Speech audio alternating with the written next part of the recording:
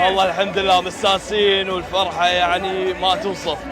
يعني من زمان ما شفنا ان نفوز ونتأهل، وان شاء الله فالنا للكاس.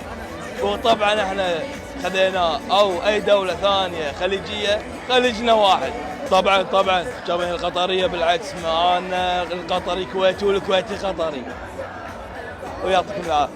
وايد فرحنا ومن زمان ما فرحنا هالفرحة، وكأننا فزنا بالكاس بصراحة. يعني الفرحة يعني ما تنوصف بصراحة. والله يعني فرحة لا توصف، ورجال بالملعب، وأشيد بكلا الفريقين صراحة. الفريق القطري اللي تحمل الضغط النفسي، ضغط الجمهور، بس مباراة حلوة والحمد لله طلعنا فرحانين ومتراضين معاهم ومتأهلين.